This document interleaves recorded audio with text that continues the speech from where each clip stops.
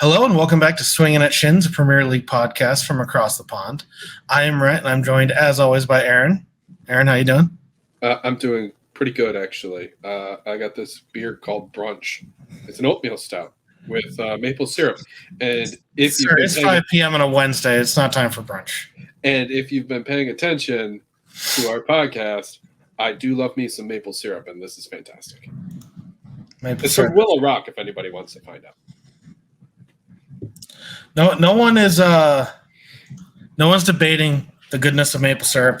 You maybe like it too much, but no one else is debating that. Shush, there's no such thing. Well, so have you ever heard of maple cream? I guess I'm not that much of a maple aficionado. So maple cream is like, I don't know. It is creamy maple syrup. That is the best way to put it. I don't exactly know how they make it that way, but it's like maple butter, but it doesn't have like the buttery flavor. It's just all maple goodness. And that stuff is dangerous. I know some people. I'm going to have to ask them about that. Eat it with a spoon. I like to put mine over graham crackers. That's one of my go-to. Oh, which is an issue. But anyway, this is not a podcast about beer, although we could probably do one. And this is not a podcast about maple syrup, although we could probably do that too. Yeah. This is a podcast about soccer and or football, and the Premier League specific one at that, because it is too big for all of us. You are listening to Swinging at Shins. If you can, we're trying to do this in the beginning. Please like, subscribe, comment, engage in any way, follow, give a heart. Answer the what did you think about the show question that comes up on Spotify, whatever you want to do. Engagement is king. Speaking of engagement, we had a midweek FA Cup battle as well as 2 Prem games. Prem games just finished up. Arsenal 4-0 Everton, a little bit of a revenge game. Some beautifully worked goals in that game. And then Liverpool 2-0 to Wolves. Liverpool's offense looking a little bit better than it did against Crystal Palace on the weekend. They had to wait, 60-some minutes, but, they got to it eventually. Yeah, and it wasn't for lack of trying. It was for lack of finishing, but it was not for lack of trying. In the FA Cup land, because it is Premier League adjacent enough, and I have something I want to talk about. Please. Southampton 1, Grimsby Town 2. I was hoping you'd bring this up. That is a League 2 side. Oh, that's not even my favorite thing that happened during the FA Cup. No, I think it's Burnley 1, Fleetwood 0, Man United 3, West Ham 1. West Ham was leading that match at one point, 1-0. And my personal favorite, Sheffield United 1-0, Tottenham Hotspur. So bye-bye. This is the second half of the matchups. Yesterday, Brighton beat Stoke 1-0. Blackburn beat Leicester 2-1. Fulham beat Leeds 2-0. And Bristol City lost 3-0 to Man City, surprising nobody and nobody. Just, man, that Arsenal Man City FA Cup match was such a heavyweight that happened so early. Normally, when those matchups happen, you don't follow it up with Bristol City. Yeah, right. But here, whatever. I'm not complaining. I actually think less games are better for us moving forward. That's how that works. But if let's start today and work our way back, because today was a good day for the Arsenal. That game in hand that Arsenal fans have been talking about has come and gone. And it is 3 points in the bag. So Arsenal are now 5 points clear of Man City at the top of the table on even games. They have 6 less in goal difference. This is how dominant those top 2 teams have been. And I understand that the point total, especially if you want to be charitable to United, the point total isn't necessarily that big, although leaders Arsenal have 11 points on United, although United have a game in hand. City has a goal difference of 39. Arsenal has a goal difference of 33. The next closest team in goal difference has 20. Yeah, Newcastle. That is a big difference. And then who's the next closest behind that? Man U? United with 13. Yeah. There are a lot of There's teams. quite the gap. There's quite the gap. There are a lot of teams with negative goal differential this year. Speaking of negative goal differential, your first note is, do we even bother with Chelsea? Yes, we do, because I love this topic. Their loss to Spurs, as much as I didn't necessarily want that to happen, their loss to Spurs at 3 Point Lane put them into a negative goal difference. Yep. Well, don't score goals, you get negative GD. So. I saw this stat today that was absolutely insane. Hit me. Since the World Cup break, like November 12th, 15th, whenever that was. Since the World Cup break, Chelsea have managed 5 goals. You know who scored 5 goals? In that time, nope, not done. In that time, Marcus Rashford has 13. Yep. You know who scored 5 goals in their last 5 games? Ollie Watkins. Ollie Watkins has more goals than lots of people have more goals. Arsenal almost had more goals today than Chelsea has. It is bad news bears. Obviously, scoring goals is the problem, but also keeping them out is their problem too. And Thiago going down for 6 weeks is not good. This is only going to get worse.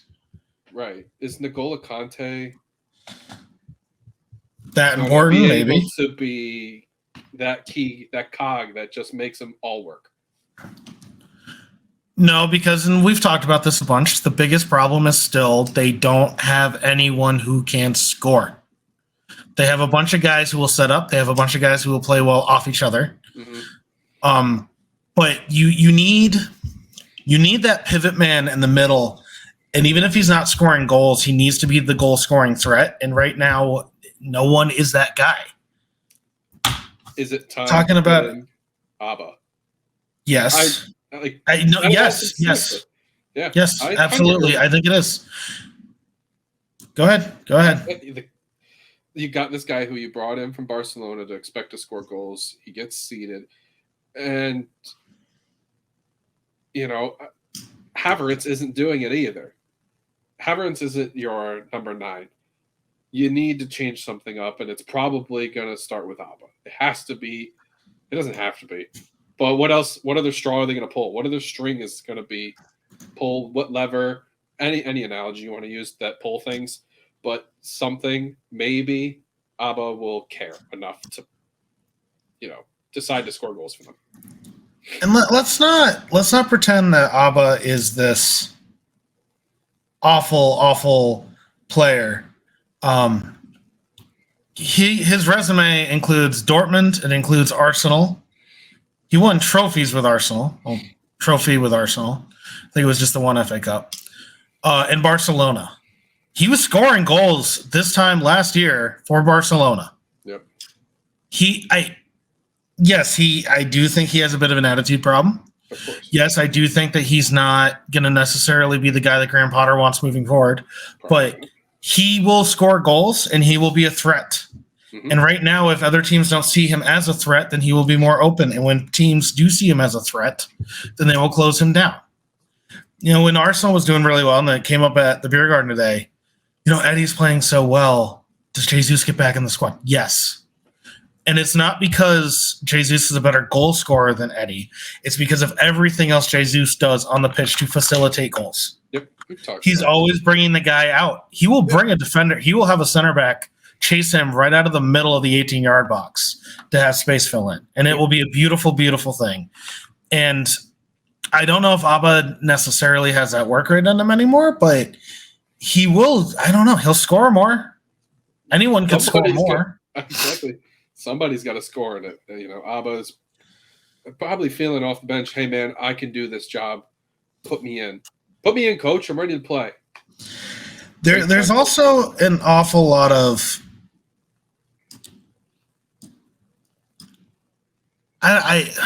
there is something wrong in the dressing room, and I'm not going to say that Graham Potter lost the dressing room, partly because that would mean that he ever had it, and I'm not sure he's ever had it. But it was an ugly loss to Spurs, and it was ugly not just because of the way they played, but because of the way they held themselves on the pitch. Mm-hmm. Ziyech just slapped a guy in the face. I understand it looked like he was going for the shoulder, and I understand that he came into the back of him. But that anger and that frustration is boiling to the top, and no one's using it in a good way. No one's channeling it in a way that needs to be done. João Felix has as many red cards as he does goals at this point, and he's one of the most expensive rentals ever. Yep. Mykhailo Mudryk has no goals, has no assists, has nothing. Coming off the bench. Yeah, he's not even starting. Yeah, 80, 90, $100 million not even started. Of course, that number is going down because I don't know what incentives that Chelsea worked into that deal. That was the difference. But they're not hitting them. Whatever they are, they're not hitting. Unless it was to have negative goal difference, and then maybe. He scored 0 goals. We pay you $20 million. I understand the injuries, but 611 million pounds. Enzo Fernandez just doesn't even look the same. Oh, fun thing about Enzo Fernandez. Did you know that he is the most dribbled past midfielder with 3 dribble passes? Each 3 past a game. Yeah. Averaging 3 a game. Yeah. Here's another fellow tidbit just to, put a thumb in the wound of Chelsea. Since November, they've taken 83 shots on goal. They've scored 1 goal. Oh, my bad. Let me rephrase this. Since the last 6 games, I missed the little fine print. Yeah. They've taken 83 shots. 83 shots. 83 shots on goal or 83 shots? It just says 83 shots. Yeah, I don't think they've had on goal. And it's not just the offense either. Kepa has got to do a better job. That first goal, he's got to do a better job. I understand it had a bit of curve to it, but that was awful. And then the second goal, Raheem Sterling just gave up on Harry Kane, of all people. You give up on him in the box? Come on, man. When I saw that one, too, I was like, what are you doing right now? Put a shoulder on all the people to just stop marking is him. No, it's such a bad idea. I will say Oliver Skipp's goal was a nasty goal, too. Like, he deserved that one because he came back. It was incredibly well hit. Yeah. He was incredibly well hit. He won the ball. He wanted it more than everyone. He did all those wonderful things. Goalie should still save it. I don't know. I went through a forest of people, too. It was above everyone's head the entire time. Yeah, he saw it. It had a little bit of turn. I don't know if that's true. Goalie should save it. Goalie should save it. That's all I'm saying. Goalie should 100% save that. Well, maybe if they had Mendy, who was not injured, he might have gotten that. No, this is normally where I would say. They're going to have a problem, too. Both of those goalkeepers expire contracts, I think, next year. Is that a problem when you have money coming out of your butts and neither one of them are that good? Is that really a problem? They're going to have a problem when no one wants to buy their dead weight. Oh. That'll be their problem. Burn. Yeah, probably. It's not even just a burn. At one point, in fact, still, they have more players than goals. Yes. They got to sell some of these guys. I think that's what's going to happen in the summertime. Well, that's what should happen in the summertime. But they're not going to sell them for anything worth. I mean, some of these names. Kovacic is probably going to be gone. Kovacic, Ruben, Loftus-Cheek. Gone. You're not, yeah, but I understand gone, but they're not going to get the money they want for him. Yeah, you're right. They're probably going to pennies on the dollar.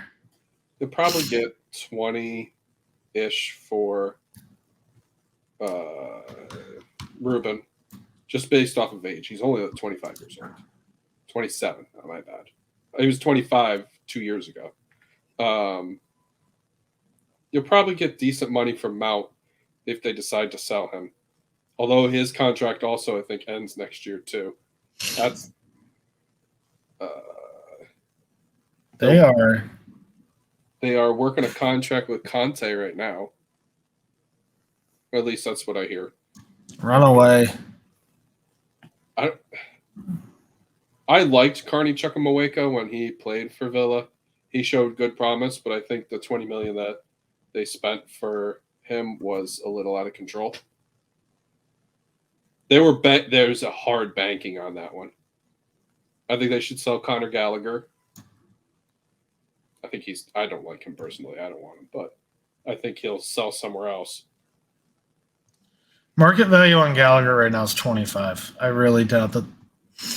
Unless he goes to an English team that needs someone for the homegrown player roles, I don't see him getting 20. No one's going to pay that because they don't have to. Mount's going to be their biggest guy who's going to get the most amount of money. Mount and, well, if they ever decided to sell Reece James, it'd be Reece James, but I don't think they would do that. They're out of their minds if they did that.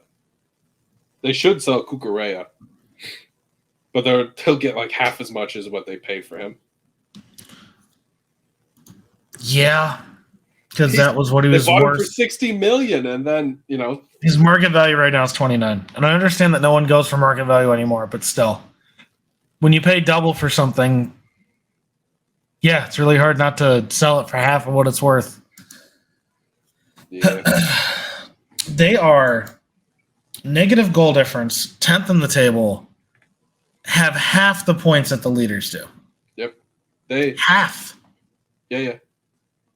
It's going to be more by the end of the season. And they're closer to the bottom than they are to the top. They're 10 points to the bottom. They are 29 to the top 4. They are 14 points away. Yep. To the bottom, they are 10. Yeah. That's crazy. Well, to relegation, they're 10. Oh, it's still. To the bottom. To the bottom. They are 13. To the top, they are 29. Oof. I'm not getting. They have 31. Arsenal's sitting on 60 after their win today. No, I see it. That's bad. You don't feel good if you're a Chelsea fan, and I feel. You can't feel good. You can't feel good. Is there a light at the end of the tunnel? The end of the season? That's their light? I guess when the season ends. What you gotta apparently they're going after De Zerbi. I don't believe that for a minute. Okay, so I saw that report too, and I was like, well, I don't know, man. Is De Zerbi really gonna be your They need a guy. No. I don't even. I'm so flustered right now because it's not even like Potter's a bad coach. He just doesn't know how to coach high-profile players. I don't even think it's that. This is an incredibly hard position for him. Everything's new. The entire backroom staff is new because you brought it. Half the players are new. When you look at their starting lineups from a year ago to now, how many players are even Kepa was out, right? So you had Chilwell, Koulibaly. The defense is kind of the same, isn't it? Thiago and Reece James, right? Yep. Loftus-Cheek started against Spurs. Sterling, Havertz is up top instead of Timo Werner. Felix in the middle. There's no, and then you look at the bench. Every time you turn around, it's new players.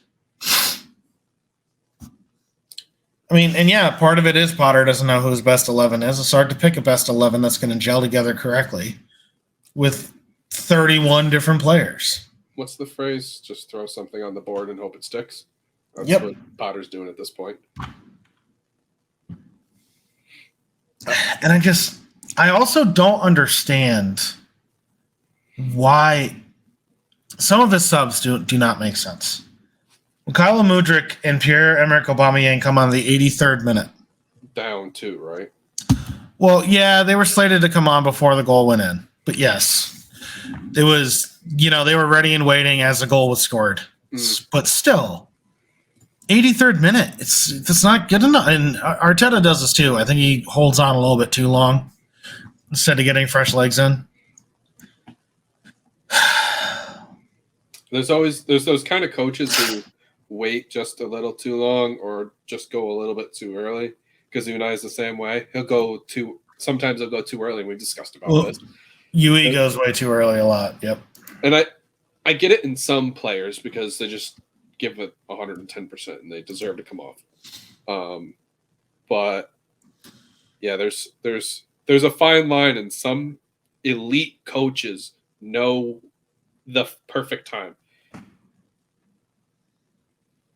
And Potter's not an elite coach, so this is where it's kind of biting him. Yeah.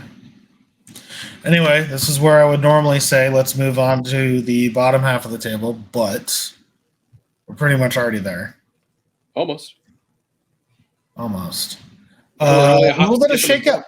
Little bit of a shakeup. Yes, there is. Kind of. Everton, Bournemouth, Southampton. That's 18, 19, and 20. Southampton's in the dregs. Bournemouth have continued their free fall. Yep. After that wonderful bounce they've had.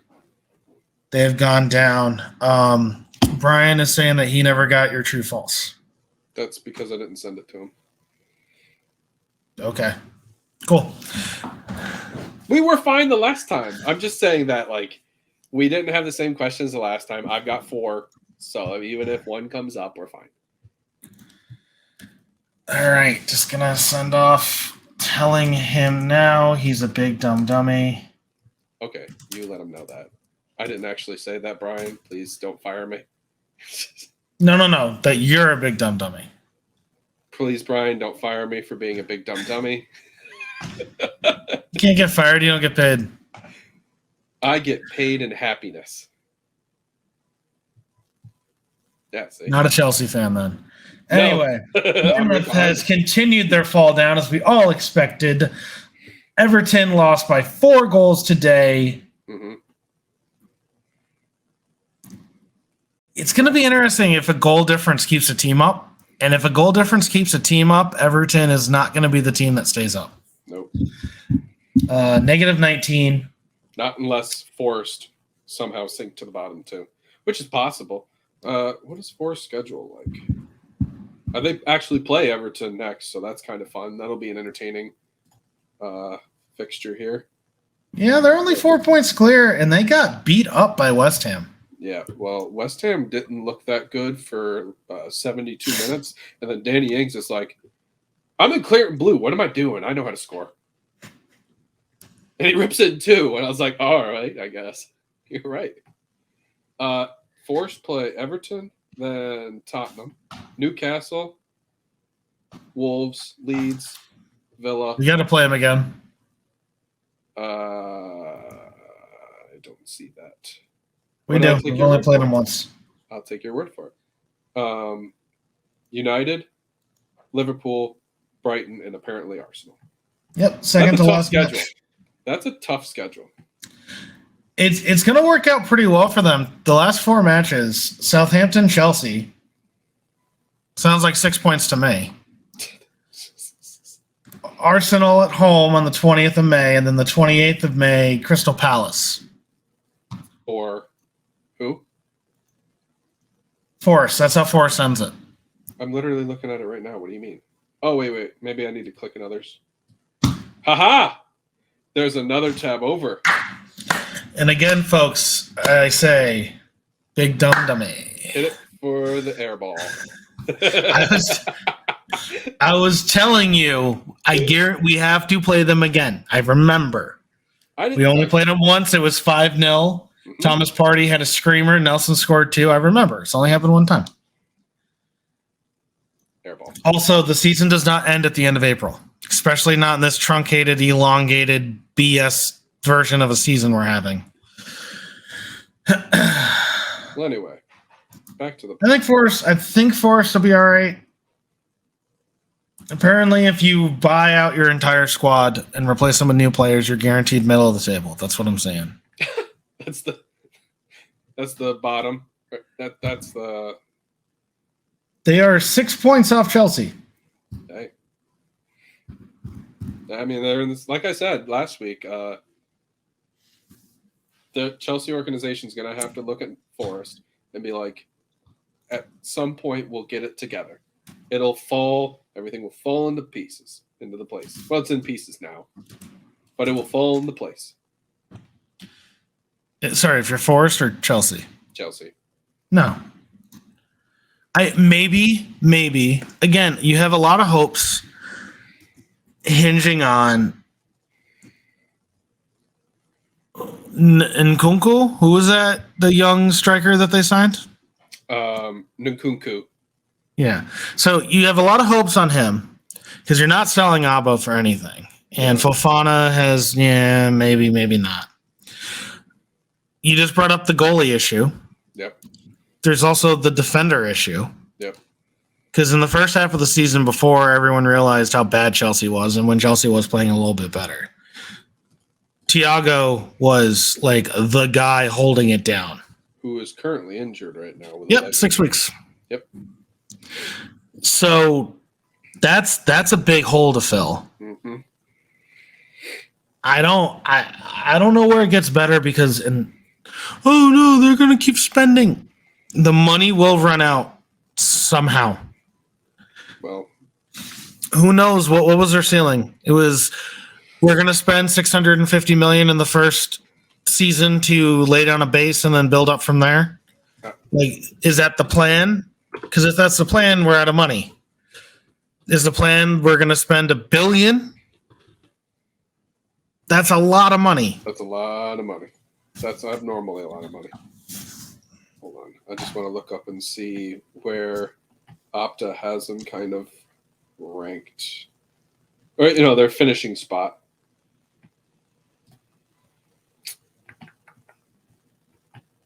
That is not what I'm looking for. I'm going to be honest. I'm not sure if I'm going to find it in the moment that I'm going to look. Never mind. Just kidding. I found it right here. Haha. So they have Chelsea sitting around at a fat 24% in ninth. So exactly about where they are going to land anyway. It's 19% would be the best at eighth, 24% at ninth, and 22% at 10th. 538 have them in 10th. So, I mean, it's within that grouping, and I believe that's probably where they're going to sit for the rest of the season. 538 now has a 57% chance that Arsenal win the Prem. City have a 40% chance, and United have a 3% chance. This was last updated today. I don't know when today of March 1st is. So that could be before Arsenal's game. But where do they have Arsenal? They have them actually between 46% as first and 44% as second, and City as 50.8% as first, and 41.4% as second. Yeah, Opta. I have found that Opta does a lot of history. Like, how historically good has the team been? Oh. That's the only excuse I can find for them saying Liverpool's going to finish that high. For Liverpool to be favorites over Newcastle and Spurs for fourth seemed very odd to me. And that was true last week. Changed that now. They're saying Tottenham will finish fourth with a 37% chance, and Liverpool with a 23% chance. That fifth position would be more of a suitable position for Liverpool at 27.7%. Again, we're dealing with supercomputers here, people, not actual players on the pitch. Garbage in, garbage out. I'm just saying, if your computer can be super, but what is it basing stuff off of? I don't know. Because right now, and again, I'm not one of these people who thinks that, well, you just look at a guy and you can tell if he's a real ball player. He's got an ugly girlfriend and that means no confidence. I'm not one of those guys, right? But anyone who, even today with the Wolves and the way they played against Crystal Palace, anyone who looks at that Liverpool squad and says, yep, they're going to make up the ground that they need to make up on Tottenham and on Newcastle and on Fulham and on Brentford and on Brighton. And they are favorites to be fourth. I don't see it. The only chance I see this is if they drop out of the Champions League, which they probably will, because Real Madrid is, their kryptonite. And then they solely focus on that, have the legs that they're able to finally sustain for the last 13 games run. It'd probably be more like 11, because I think they play next week. So 11 games, there's 33 points that they could pick up. I thought that was the second leg. What? Oh, the 2 to 5 game? No, it was the first leg. God, they have almost a month in between legs. This season's so weird. I thought it was March. Oh, was it really 2 weeks February ago? 21st. And the next match is March 15th. I thought it was the 7th. Oh, 2 weeks from today. Okay. Sorry. And there's no way that they're making up 3 goals at the Bernabeu. No. Not happening. But even then, you got to get your head screwed on straight. Yeah. And I think getting slapped around by Real is not going to be the thing that gets your head screwed on straight. It depends on what kind of thing floats your boat. Anyway, we're talking about the bottom, and we ended up at the top. Well, yes, but we're talking about predictions. Yeah. And my thing that I was arguing about is, when is... Okay, this is back in December. I came across a Opta thing from December saying that Man City were still like 75% favorites to finish first, and I was like, what the hell? Anyway, my thing with predictions is if they're saying you're going to finish fourth, like that's your favorites to do that. To say that they're favorites, it didn't say it was not possible. Yeah, Liverpool going to run. The bones are there. Yep. Especially their second goal today. Their second goal today was nice very, goal. very well worked. It was beautiful. Yep.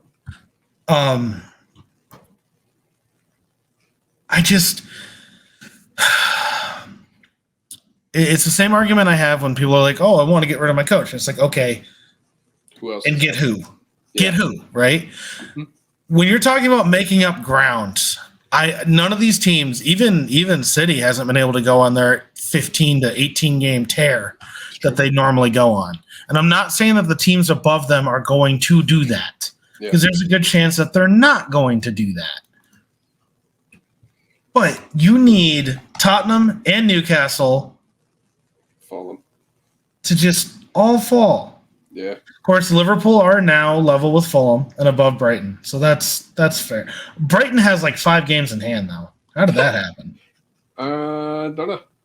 Brighton has 2 games in hand on Liverpool and 3 games in hand on Fulham. What? And they sit 4 points behind. Yeah, wow. They played 22. They have played 22. I saw a meme the other day, or no, it was this morning. So it had to do with the Ratatouille guy, the evil character, was opening up mail, and it was him as Trent Alexander, and it was him seeing that he has to face Matoma a few more times. I got a good giggle out of it, too. That's funny. Maybe. Now that I'm looking at it, I forgot how close Liverpool actually are. Still, though. I don't know. We'll get to true false in a minute. Moving on. Leeds with a big win. Love to see that. Yep. I don't know if they're going to hold on. If they do, it's by the skin of their teeth. That'll be where it comes down to goal differential. I bet they'll finish 16th. Who are they pipping? Huh? You think they're going to finish above West Ham? Above, actually, Newcastle. Sorry, you jumped back to Liverpool. I was talking. Wait. What? What are you talking about? You said Leeds. We're talking about Leeds. And you just said they're going to finish 16. above Newcastle. You just said above Newcastle. Hold on. Maple syrup went straight to your head. Straight to your head. I guess we'll have to hear that back. Yeah, no, I'll play it back. Okay. I think they're going to finish 16th. And I said, who are they finishing ahead of? West Ham? And you responded, no, Newcastle. So I can play that back. Newcastle in free fall. Woo! Eddie Howe gets fired. No, that's impossible. Newcastle have 41. Leeds have 22. I refuse to believe that Leeds is going to get... that would be 19 more points. I don't know. I don't see it. For sure I said Forest. That's who I really meant to say. Why are you so down on Forest? I'm saying they're just going to stay up. I don't think that, I don't think they're going to get relegated, but I don't think they're going to sit where they're at right now. I don't think Forest... Anybody that matches West Ham and Leicester. West Ham and Leicester. Yes, but I don't think anyone's going to match points with them. Forest is too good at getting points. They'll get a point. They got the sneaky win. They got the sneaky draw. 1-1 at the Etihad. Yeah, and then 4-0 against. That's okay. That's okay because 1-1 at the Etihad. Yeah, well, I guess that could be your trophy in there for the season. Well, and they lost by 4 to West Ham. They're still they're 3 spots and 2 points above them on the Prem table. I guess if they keep winning 1-0, it really doesn't matter, does it? A win's 3 points, baby. Yep. That should have been what this podcast was. A win's 3 points. A win's 3 points. They don't ask how many. They ask. Well, no, they do. They don't ask how many goals. They ask how many points. Well, anyway. Have you ever had a dream where you thought where you could, where you thought where you did? All right. Newcastle having enough legs to stay in the top 5. I'm going to say no, only because I think Liverpool is starting to figure it out a bit. And they're 2 points behind right now. And also because they have to lose every game to finish below Leeds. So absolutely not. City, they did draw to City to start, but that's tough. Yeah. And at the Etihad. And it'll be empty, so it really don't matter. It'll be quiet. Wolves at home, sneaky game. Forest away. United at home. West Ham away. I think Brentford away. It's going to be a sneaky game. Forest seem to play much better. Well, as you should. Are Forest good or bad? Are Forest good or bad? They're going to take points off Newcastle, but they're going to finish below Leeds. I'm very confused. Well, yeah, they take a point.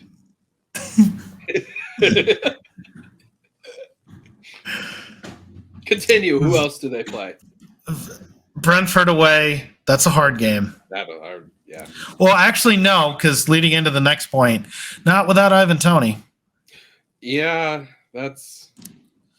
Villa away. Easy match. It's a month and a half, and Yui is only going to get that team better. No, I was kidding, but we haven't been playing well at home. Spurs at home, easy match. Everton away. Easy match. It depends. At that point, Everton will wait. I mean, Everton will probably still be in a big relegation battle. Yep. Excuse me. Southampton at home, easy match. Arsenal comes to town. It can't even beat a League Two team. Although I can't really talk because Villa also lost to Stevenage. So yeah, got to be like Arsenal. You play long enough in those competitions to then get beat by a Premier League team, so it looks better. It's big brain thinking. That's how you do it. Yeah, so on the May 6th, Arsenal, who will be will still very much be in the middle of a title race. They'll be crowned champions at that point. Maybe, because that'll be 3 games left. One thing I will say is Arsenal today looked very dynamic in attack against a very park the bus style team. And if Newcastle try to park the bus again, I think that we are finding better ways to break teams down. You know, it makes sense that they're having this midseason lull. Teams have that happen. Oh, this is Arsenal in February. Want to know why we won 4-0? Because it's not a leap year. If today was for February 29th instead of March 1st, this would have been a 0-0 draw. Yeah. But it's March 1st, baby. So. No, fair enough. No, and you saw City. City had lulls at times. It's very hard to be on all the time. Well, people's analytical teams you have a larger sample size, so you figure out how to stop a team in this particular setup. So they go with that plan. And then as that team, once they figure you out, you have to bounce back with another set of style or tactics on how to break that down. It's a giant chess match played in 3D. It is, and it's very hard from a Newcastle standpoint to defend all the time. Yeah. Because every time a decent team, a good team, attacks you, and they're probing to find a weakness, and then they keep changing and keep changing and keep changing until they know when to fire. Throughout Pep's history at Man City, they have scored something crazy, 25 or 30% of their goals between the 65th and 75th minute. Yeah. Because they probe. Pep sees what he wants. New sub comes on, and away you go. And we are starting to have the depth to do that. Trossard has been immense for Arsenal, and then Thomas Partey coming on for Jorginho. I hope that was just to get him playing again. I hope Jorginho wasn't injured. But Thomas Partey, Eddie should have had a goal. It should have been 5-0. Partey played a beautiful ball over the top, and Eddie just let it bounce one too many times. But he was wide open, and that's something that Jesus absolutely finishes. Well, probably. You don't know that. It's a higher likelihood. But I want to track back to Newcastle for a moment.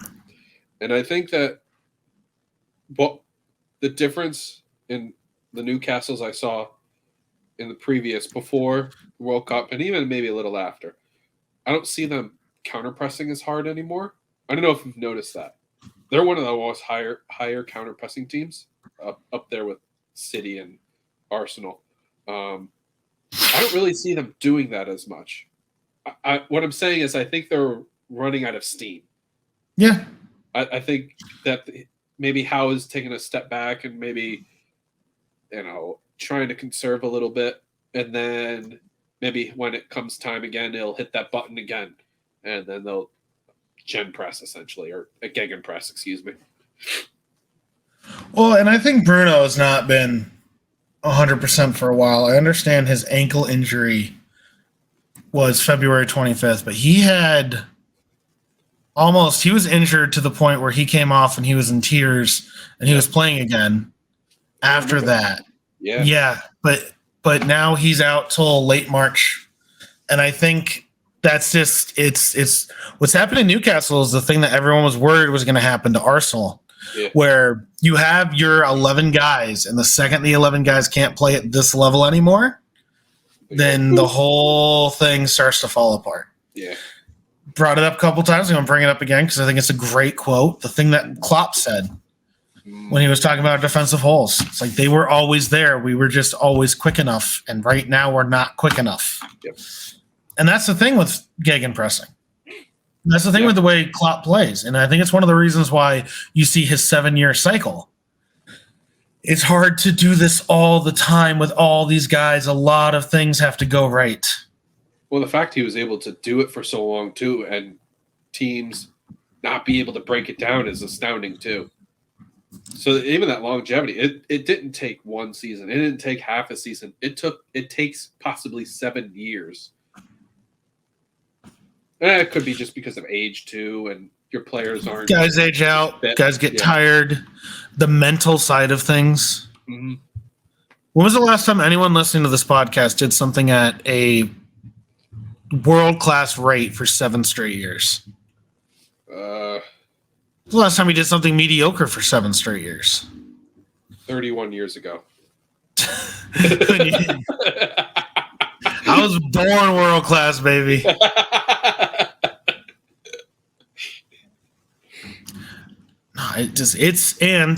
To Klopp and Liverpool's credit, if it wasn't for City, they would have won 5 years in a row. Well, they might still get the trophies back. Nah, they're not going to do that. Yeah, we'll see. They're not going to do that. England's not going to cut off their oil. Oof. But still, it's hard. I think that's one of the things that's so impressive about Klopp. Although Klopp does a better job rotating his guys. Yes. And I don't mean inter-squad rotation. I mean, bye-bye. Really? Here comes the new guy. No, sorry, not Klopp. Pep. I was going to say, yeah. I meant Pep. Pep was in my head. Yep. Listen, Leeds is finishing above Man City. That's all I know. Moving on to people who maybe forgot about the Ivan Toney thing, because it really felt like the media forgot about the Ivan Toney thing for a little while. Ivan Toney had 260 gajillion betting charges against him. Yep. And he has pleaded guilty to the majority of them. I think it was 262, 263 in that range, in all seriousness. 232. And yep, no, you're right. 262. Yeah, because it was 230 initially, and then 30 more got added on or something like that. Yes. Hefty suspension upcoming, the sources say. Likely to be 6 months, the sources say. So I have two questions. One may or may not be a true false. So I'm going to hold on to that one. Excuse me. But the other one is this. So the way things work in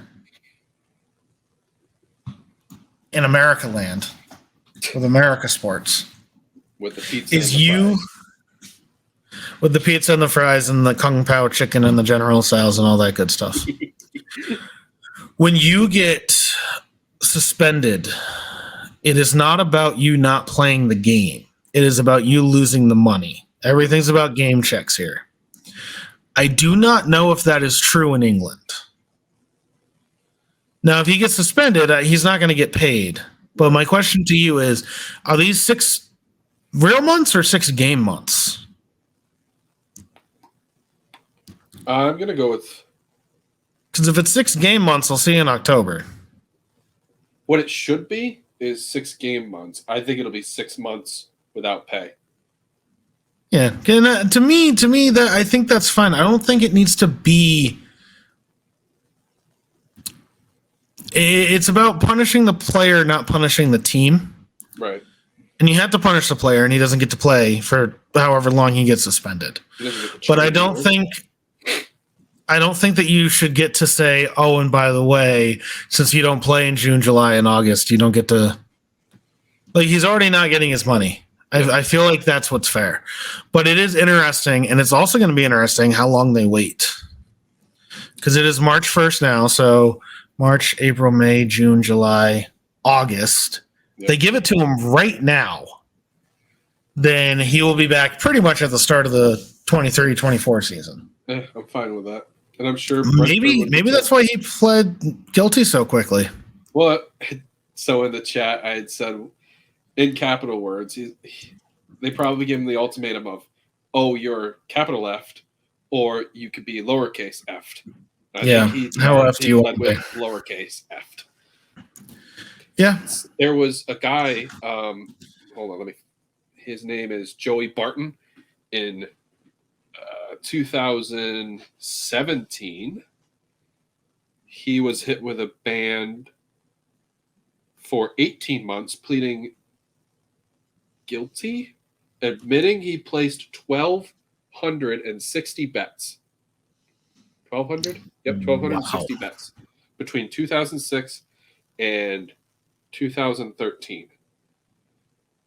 And he got it reduced to 13 months. So there's already been a guy who has been, what's the word? Waxed. So I think they probably will hit him. They probably will hit Ivan Toney with that ban, and then he'll appeal.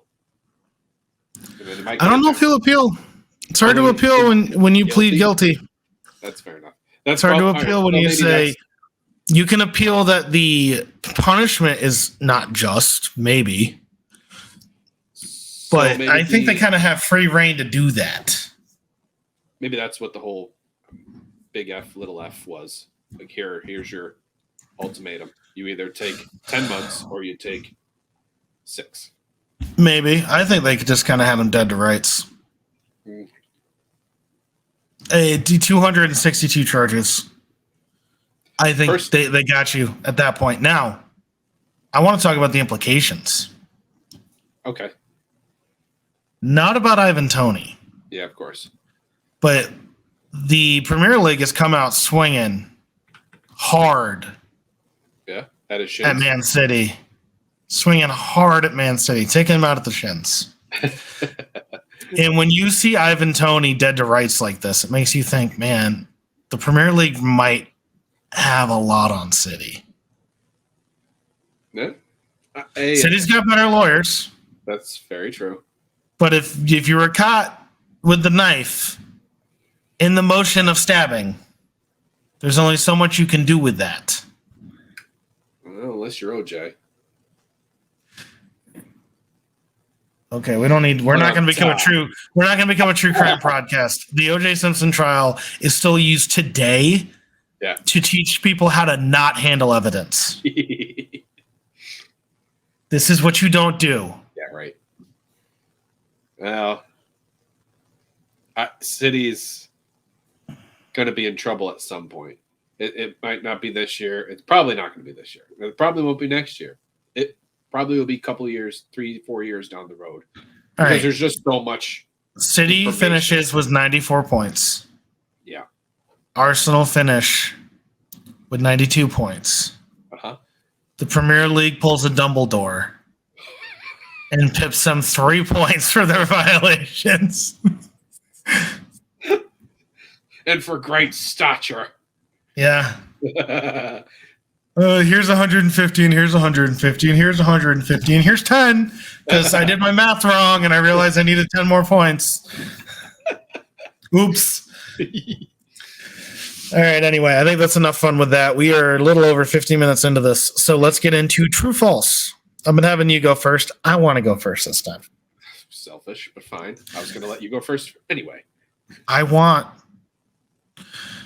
So we've talked about this. City has had issues keeping their normal run going.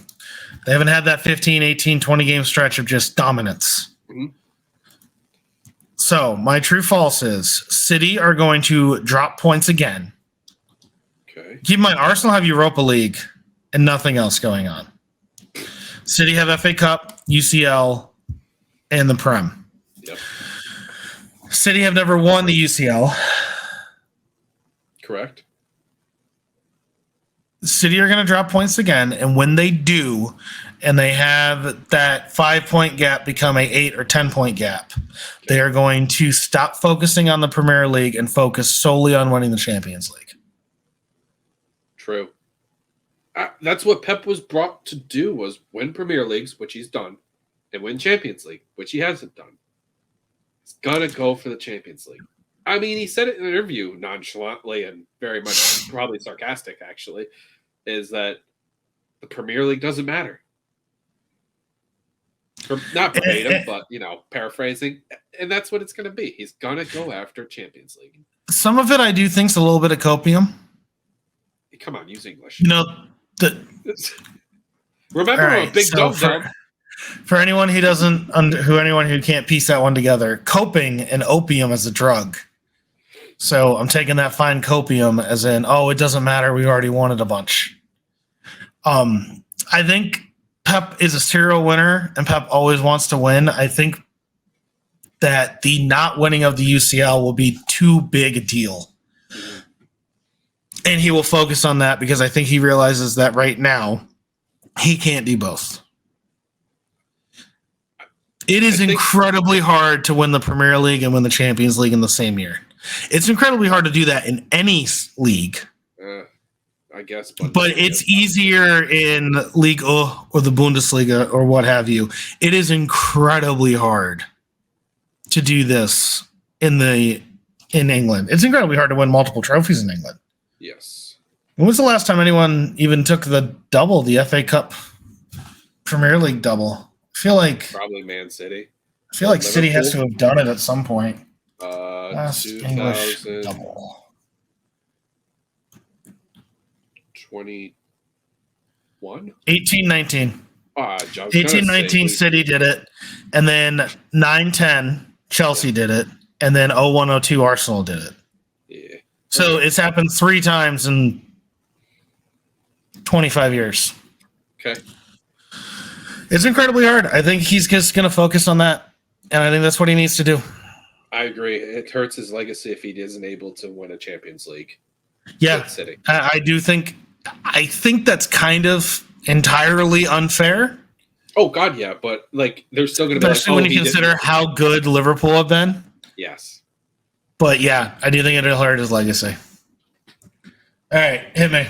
Okay, so I read this crazy stat or saw this crazy stat where the winner of the Carabao Cup goes on and wins another trophy. Will Man U go and win either no, will they go and win the Premier League? That'll be the next trophy. False. Well, will that be their next trophy? Yeah. This year or just in general? No, false. Year. False.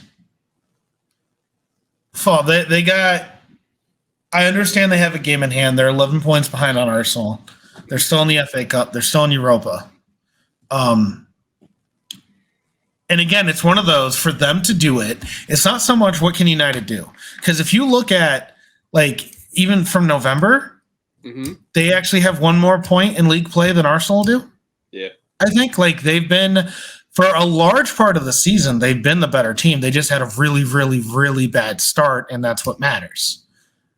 Next year, if Arsenal can keep it up, and if Liverpool fix themselves, next year we could be looking at a 4-horse race for the title. I agree, especially if they. I mean, Man U's linked with every striker in every league, but they are currently linked with Victor Osimhen, and if they get him, it's going to be such an awesome battle for the next few years. See, they're going to be in a battle with Chelsea for a goalkeeper. Yeah, that's true, because De Gea's not been good, and he's getting older. Yeah. And I think that they also have defensive work that needs to be done. Yes, Varane and Lisandro Martinez have been very good, but Aaron Wan-Bissaka he can be a little bit too dumb. He turns off a little bit too much. Yeah. If he didn't turn off a couple times in the Emirates match, Arsenal don't win that match. I will say, so Man U plays Liverpool next 13 games. Liverpool, Southampton, mixed in with Real Betis in Europa League, so they're still going through that, and I think they're going through the FA Cup still. Yep, they won against 3-1 against whoever they played today. West Ham. They got Brighton, Newcastle, Brentford, Everton, Forest. Then also still mixed in there, they'll have the FA Cup and Euro, because I think they're probably going to. Maybe that's what the true false could have been. Oh well, doesn't matter. They got Chelsea, Tottenham. Well, let me reword it. If you said true or false, true, United get another trophy this year. Yeah, I think my answer is true. I think agree. That they either get the FA Cup or Europa. That's where I was. That's why as I went through and kept saying Europa, it's like maybe Europa probably would have been the But then you said Prem, and no, I don't think they get Prem because Arsenal cares about one thing this year. That's winning the Prem. That they should. And if Arsenal drop off and City smell blood in the water, and again, this is not a dig at United. United's a great team, and I hate it. It drives me crazy because it's like, can't we have one nice thing just once? Just please, can we just stop it? No, work for it. But I do not see both Arsenal and Man City dropping enough points moving forward for United to overtake them. It has nothing to do with what United's going to do because United's fantastic. Yeah. And it has everything to do with they gave themselves too much ground to make up. Yep. Right. Also, I think 538 hits it on the nose. 3% chance of winning the league. I mean, yeah. They had the most competitions. They've already won one, and that's great, but they have the most competition still to play in. And Europa's like sneaky stacked right now. Yes, it is. With Arsenal still in it, Juventus is in it. They just had to beat Barcelona, and I understand Barcelona has not been good in Europe. Their past 15 games, they've won 2. I understand. I get it. But they had to beat Barcelona to even get there. Yeah. Who else is in it? Yeah, Roma's in it. Leverkusen's in it. Leverkusen had to just beat Monaco in a brutal in penalties. Sporting's in it. Shakhtar's in it. Freiburg's in it. Sevilla's in it.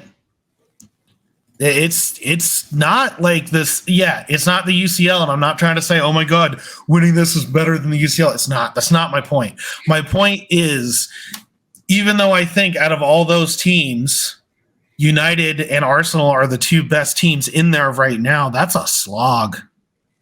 That is hard. Doesn't the winner for Europa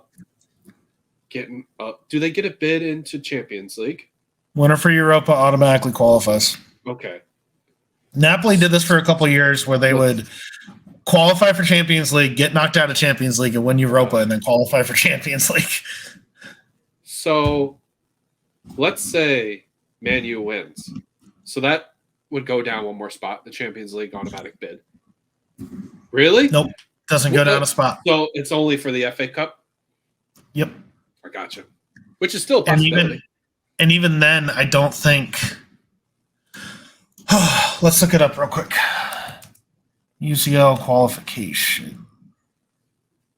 I don't think it goes down a spot. Yeah, I don't know. I was curious, and that's... Because when Chelsea beat Arsenal that year, I think Arsenal finished 5th, and they didn't get it.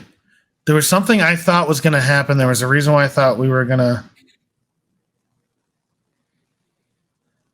Yeah, I have no idea, but it would be an interesting bit if that was the case, because then it would open up the possibility for Newcastle to get in, or whoever sits in that 5th position. Well, so here's the other thing with Europa, right? So Europa, whoever wins it, I don't think that gets your country another slot. Gotcha. If you win the FA Cup, you automatically qualify for Europa. Gotcha. Right? So they already have those qualifiers put in, so then you're not, your country doesn't get an extra slot. You just can't qualify for 2 of the slots. Your country's 5th place team automatically qualifies. Yeah. Your country's cup winner automatically qualifies. If that is the same, or that team somewhere else, that's when it gets moved down, because you still need to fill it out. I don't think the winner of Europa actually goes to another team if it would work out that way. That's fine. We don't need to really dig into it anymore. I was just... No, I'm interested. Curiosity. Now I am interested.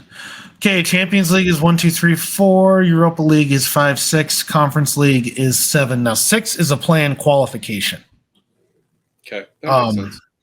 And I believe 4th for Champions League is also a play-in qualification, because back when Arsenal was finishing 4th all the time, they had to go qualify a bunch. But you're still in you have a couple more games to play. That's essentially it. Yeah, qualify for groups. Yep. What if they always play? If Liverpool win the Champions League, that will have no effect on the Premier League, as Liverpool is guaranteed to finish in the top 4. How does qualification work for it? So if the team wins the Europa League, they're guaranteed to play in the Champions League wherever they finish in the Premier League. 8th in the Premier League cannot qualify for Europe as a result of this. So no, it doesn't go down. There you go. Yeah, no, that's good. No, that's good. And honestly, it's all going to change when Champions League gets expanded again and all that. Anyway, next one.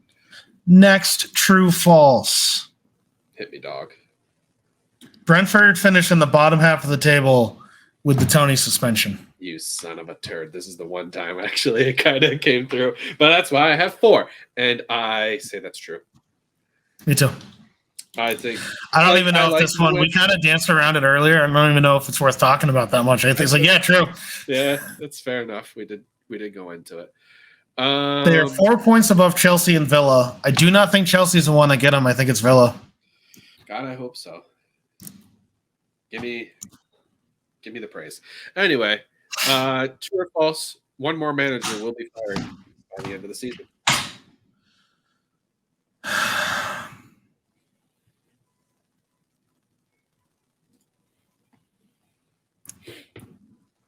True. It shouldn't be true, but I think it's true. Yeah. I think it will either be Rodgers at Leicester. Okay. I understand everyone saying we're behind him, but Potter at Chelsea. Yeah. Maybe Moyes. But I think one of those three goes. I could see Moyes definitely more so than Potter, and just because he's hovering around at the bottom for so long, it's maybe not. I don't know. It's tough. I could also see Bournemouth getting rid of Gary O'Neill and picking up a Jesse Marsh type. Maybe not Marsh, but a Marsh type. Yeah, fair enough. All right. Here is number 3. Wolves finish above Leicester, Forest, and Palace. Wolves finish above Leicester. 1 point, equal on points with Leicester, 1 point behind Forest, 3 points behind Palace. Depends on if Cunha is healthy or not. True or false? False. I say they sit where they are. Yeah, they're out of relegation. It sounded a lot better before they just got beaten by Liverpool. But yeah, I mean, if they definitely went and drew, I would probably say I'd still say they'd sit exactly whatever position they would be, 14th, 15th. But I think 15th is a very honorable position that they're in right now. Okay. All right. What's your last one? Well, I can't use that one. And we danced around that one a bunch. It was Liverpool. We'll find them. With the resurgence of Liverpool, they'll find themselves in the top 4, which we've already gone over and beat up on enough. So I will not. Yeah. The more I look at this table, the more I think maybe yes. But anyway. Yeah, so I should have came up with a 5th one. Uh-huh. But that'll happen.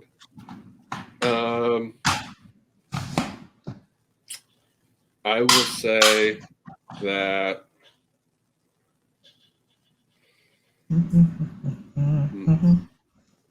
I will say oh gosh. Okay, I don't know what to say. There we go.